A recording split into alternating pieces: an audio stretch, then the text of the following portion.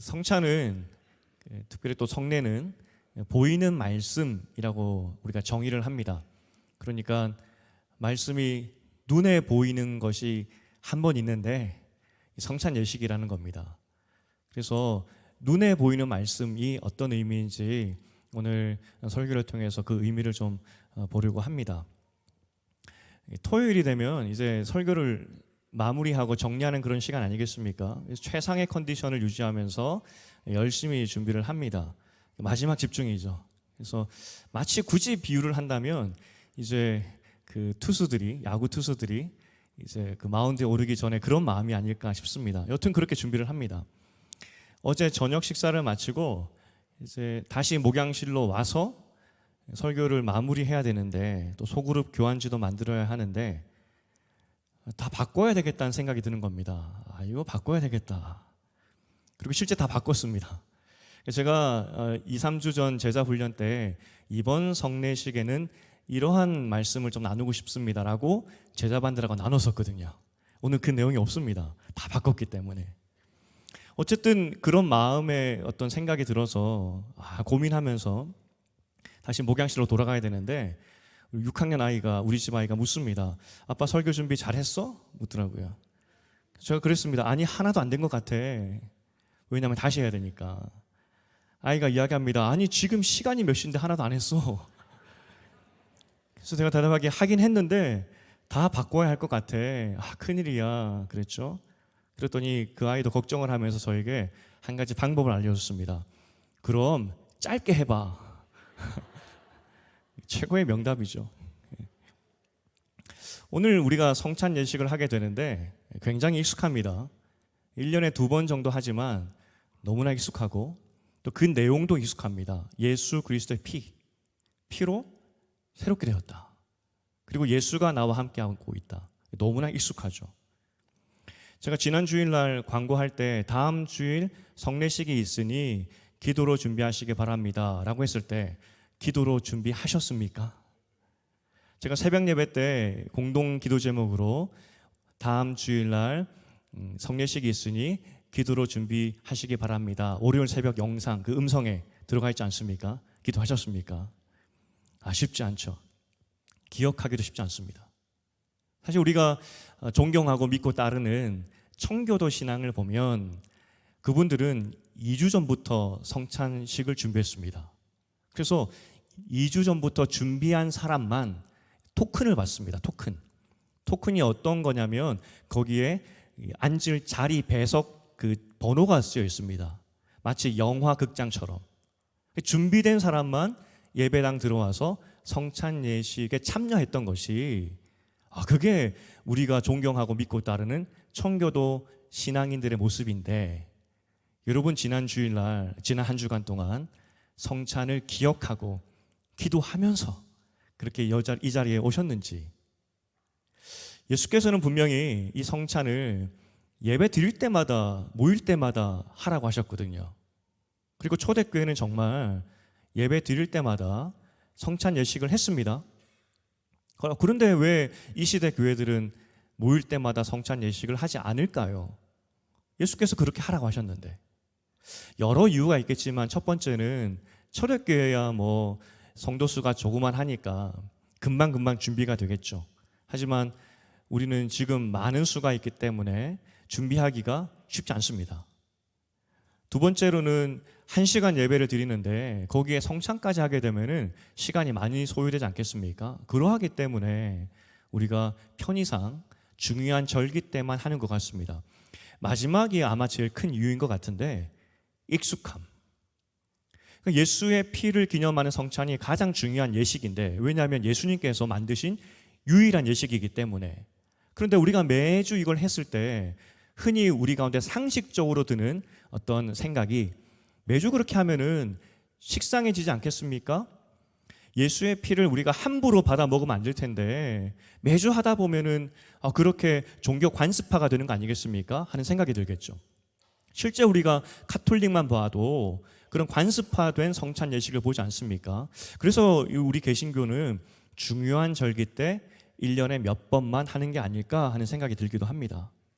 그런데 어쨌든 예수님도 그 인간의 약함을 아시는 분이었는데, 그렇다면 성찬을 매주 했을 때 이게 종교 관습화가 될 것이라는 것을 아셨을 텐데 왜 매주 하라고 하셨을까 하는 질문이 들죠.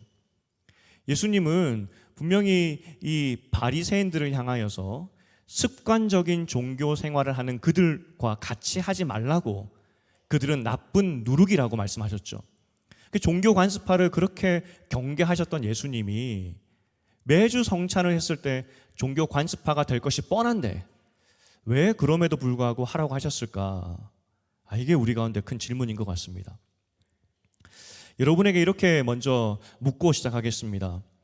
예수님이 함께 하심을 여러분 믿으십니까? 네, 아멘이시죠. 예수님이 우리와 함께 하시기 위해서 이 땅에 오셨습니다. 임마누엘이죠.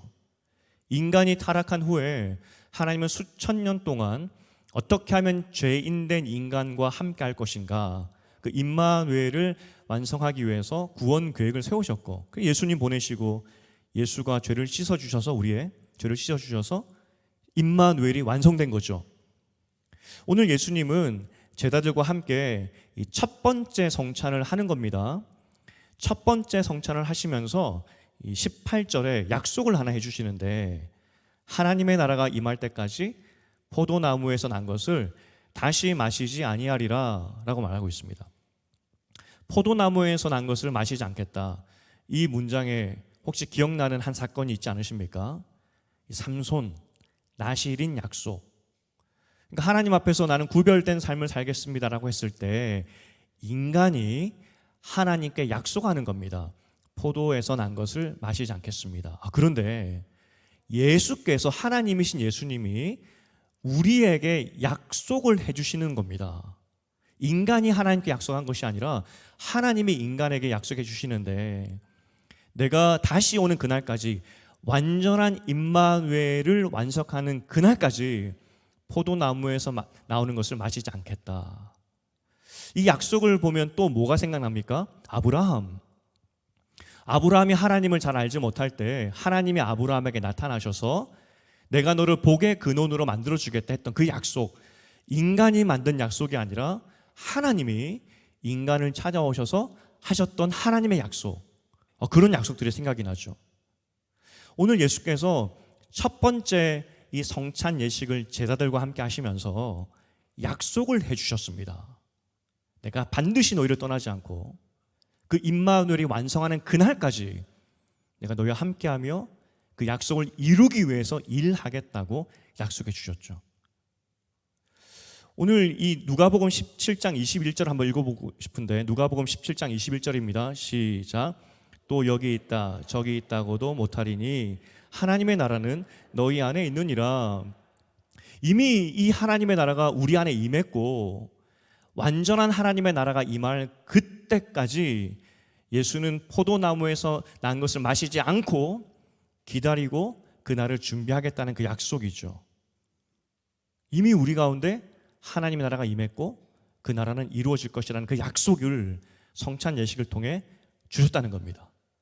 그래서 우리가 오늘 이 성찬 예식에 참여하는 그 의미는 내 안에 하나님 나라가 이루어졌습니다. 그리고 그날에 하나님의 나라, 하나님과 함께하는 그것이 영원할 것입니다. 그걸 기억하는 의미가 되겠죠. 그런데 여러분, 성찬 예식이 이런 의미라고 말씀드렸는데 그런 의미로 받을 준비가 되셨습니까? 이걸 먹으면서 그래, 나와 예수가 하나가 되었지. 그리고 나는 때로는 하나님을 잊어버릴 수도 있는데 아브라함처럼, 삼손처럼, 하지만 하나님의 약속에 함께하기 때문에 나는 하나님의 자녀지. 그런 마음으로 오늘 이 성찬 예식에 오셨습니까? 아니면 목사님 설교로 빨리 감동 주셔야 내가 이걸 먹고 감동받지 않겠습니까? 설교 바뀌었다면서요, 짧다면서요, 좀 빨리 끝내지 왜 자꾸 질문하십니까? 라는 그런 마음이 드십니까? 습관화, 종교 관습화, 이것이 염려됨에도 불구하고 예수는 왜 우리에게 이런 성찬의 예식을 만날 때마다 하라고 하셨을까 하는 질문이 여전히 남습니다. 왜냐하면 우리 모습을 보니까 1년에 2번밖에 하지 않는데 과연 어떤 마음으로 왔을까 했을 때 자신이 없죠. 지난주에 노회 세미나가 있었습니다. 집 떠나니까 일단 고생이고요. 그런데 한 가지 제가 유익했던 것이 무엇이냐면 책 소개를 받았습니다. 그래서 오자마자 그 책을 샀습니다. 그 책의 제목이 무엇이냐면 무엇이 선인가라는 책입니다. 이 저자가 이 저술 활동으로 왕성하게 활동을 하는데 이 책을 감옥에 갇힌 사람이 읽게 되고 그래서 한번 만나달라는 편지를 보내서 이 저자가 감옥에 갇힌 사람을 만나는 일화가 이 책 안에 있습니다. 그러면 감옥에 갇힌 사람 누가 도대체 이 사람을 만나달라고 했을까? 놀랍게도 1980년도에 미국에서 가장 유명했던 TV 설교가가 감옥에 갇혔는데 그 사람이 이 사람에게 편지를 보내서 만나달라고 부탁한 겁니다. 왜 감옥에 갔느냐? 그 유명했던 설교가가, 가장 유명했던 설교가가 왜 감옥에 갔느냐? 불륜과 간통 그리고 사기죄 때문에 5년간 형을 받고 감옥에 있었던 겁니다. 이 책 저자가 아니 어떻게 하다가 그렇게 열정적이었고 열심이었던 하나님의 사람이 범죄의 자리로 갔을까 너무 궁금하더라는 겁니다. 분명히 이 첫사랑이 있었을 것이고 열정이 있었고 열심이 있었을 텐데 어쩌다가 저렇게 됐을까 궁금하겠죠. 만났는데 걱정과는 다르게 그래도 의외로 대화가 잘 되더라는 겁니다. 사실 이 전도자가 처음부터 그런 죄악된 마음이 있었던 건 아니겠죠. 정말 대화를 해보니까 이 사람의 열정, 열심 그것으로 사역을 시작했구나 그것을 알 수 있었다는 겁니다. 대화하는 과정 가운데 이 저자가 가장 궁금한 것이 무엇이었냐면 도대체 어느 시점에 이 사랑이 식어버렸을까? 그렇게 열심히 하나님 사역을 하던 사람이 도대체 어느 시점에 그 사랑을 잊어버렸을까? 그리고 징조가 무엇이었을까? 그게 궁금하더라는 겁니다. 우리도 궁금하죠. 우리도 하나님 사랑할 때가 있었고 이 십자가, 이 성찬 예식 참여하는 순간에 눈물이 흐르던 그런 시간이 있었는데 어느 순간 보니까 관습파가 되어버린 우리를 보면서 도대체 언제 식었지? 도대체 무엇이 문제였지? 징조가 무엇이었지? 하는 궁금증이 들게 됩니다. 실제 이 질문은 요한계시록에도 나옵니다. 요한계시록 2장 4절 5절을 읽어보겠습니다. 시작. 그러나 너를 책망할 것이 있나니 너의 처음 사랑을 버렸느니라. 그러므로 어디서 떨어졌는지를 생각하고 회개하여 처음 행위를 가지라. 만일 그리하지 아니하고 회개하지 아니하면 내가 네게 가서 내 촛대를 그 자리에서 옮기리라. 에베소 교회를 향한 메시지였습니다. 너희가 예전에는 하나님을 그렇게 사랑했는데 지금 냉랭한데 도대체 언제 그 사랑이 식었는지 그 징조는 무엇이었는지 살펴보고 다시 그 첫사랑을 회복하라는 그런 메시지 아니었겠습니까? 그 첫사랑을 언제 식었는지 그 시점을 아는 것이 굉장히 중요하다는 것인데 우리도 궁금하죠. 이렇게 유명했던 하나님의 사역자가 언제 사랑이 식게 되었을까? 이 책의 저자가 사실 이게 민감한 질문이니까 언제 질문하지 이렇게 시점을 보다가 이제 물었다고 합니다. 그런데 언제 사랑이 식었습니까? 라고 옥에 갇힌 전도자에게 물었습니다. 그랬더니 그 전도자의 답은 단호했습니다. 그런 적 없습니다. 사랑이 식은 적이 없다고 단호하게 이야기하더라는 겁니다. 저자가 대답을 하죠. 놀라서 묻습니다. 무슨 뜻입니까? 당신은 간통죄를 범했습니다. 사기죄도 저질렀고요. 그래서 감옥에 오지 않았습니까? 어떻게 예수님에 대한 사랑을 잃지 않았다고 말할 수 있습니까? 라고 물었더니 이 전도자가 대답을 하기를 띄워주시겠습니까? 저는 예수님을 사랑했어요. 하지만 그분을 두려워하지 않았습니다. 저는 예수님을 사랑했습니다. 하지만 그분을 두려워하지 않았습니다. 사실 베드로의 그 사건을 보면 이 말이 딱인 것 같습니다. 베드로가 예수를 3번이나 부인했습니다. 그렇게 예수님을 보면서 죽도록 내가 당신의 뒤를 따라가겠습니다. 죽음도 불사하겠습니다. 라고 말했던 베드로가 예수를 3번 부인합니다. 부인하고 나서 예수께서 그를 불러다가 먹을 것 주시면서 그 새벽에 네가 나를 사랑하느냐 3번 물으십니다. 베드로가 답을 하죠. 내가 주님을 사랑하는지 주께서 아십니다. 그게 무슨 말이겠습니까? 내가 주님을 사랑하지 않아서 배반한 것이 아니라 로마의 칼이 무서웠고 하나님보다 세상 권세가 무서워서 배반했는데, 그럼에도 내가 주님을 사랑하는지 주님께서 아시지 않습니까? 내가 잠깐 두려워서 예수를 부인했는데 그래도 나는 주님을 사랑하고 있습니다. 그렇게 대답했던 베드로. 그를 보면 이 사람의 대답이 맞을 수 있겠다 싶습니다. 우리를 봐도 그렇습니다.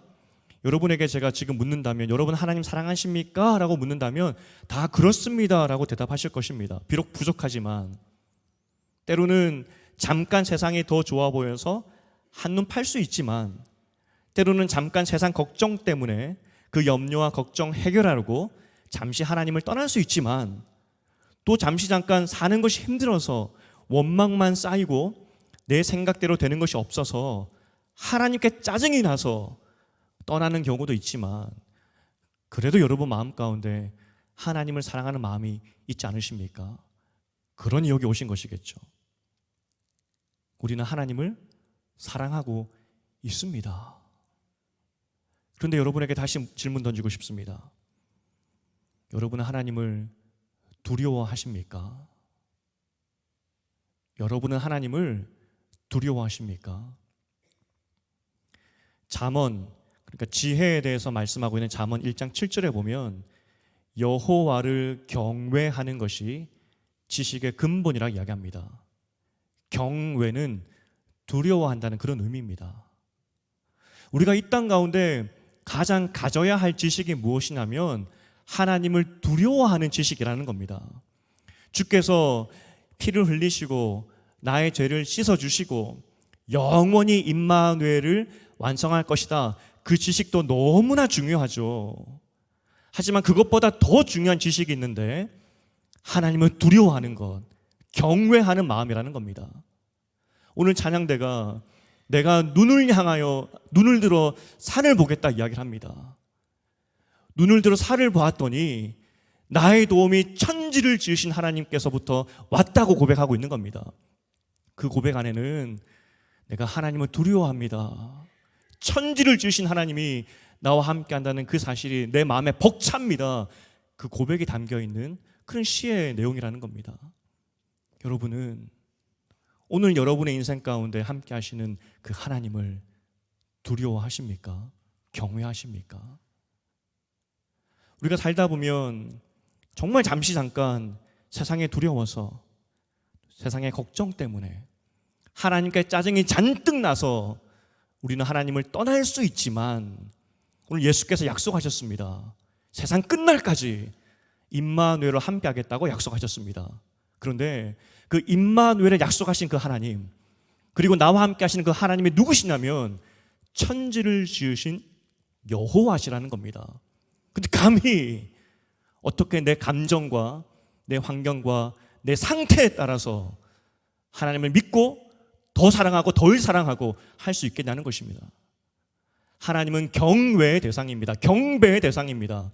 내 감정과 내 환경과는 상관없이 우리는 그 하나님을 두려워하고 경배하고 경외해야 된다는 겁니다. 예수께서 왜 종교 관습파가 될 것이 뻔한데 이 성례 예식을 우리에게 매주 하라고 하셨을까? 사랑의 의미죠.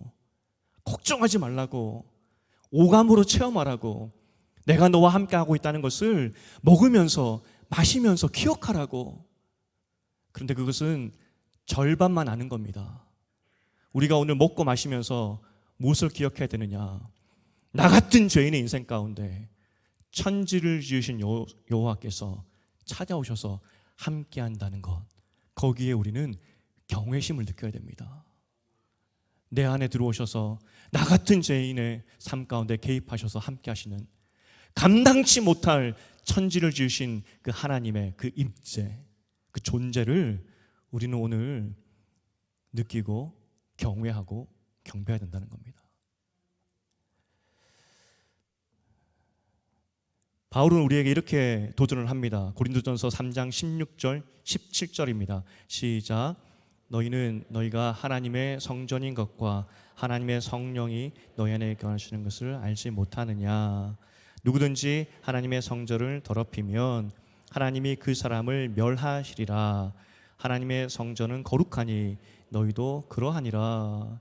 이 고린도전서 3장의 배경은 심판에 대한 메시지입니다. 마지막 날에 심판이 있을 것인데 믿는 자에 대한 심판도 말씀하는 겁니다. 너희가 하나님의 거룩한 성전이라는 것을 안다면 어떻게 하나님을 경외하지 않고 두려워하지 않고 마음대로 살 수 있겠느냐. 이 메시지를 바울이 우리에게 던져주고 있는 겁니다.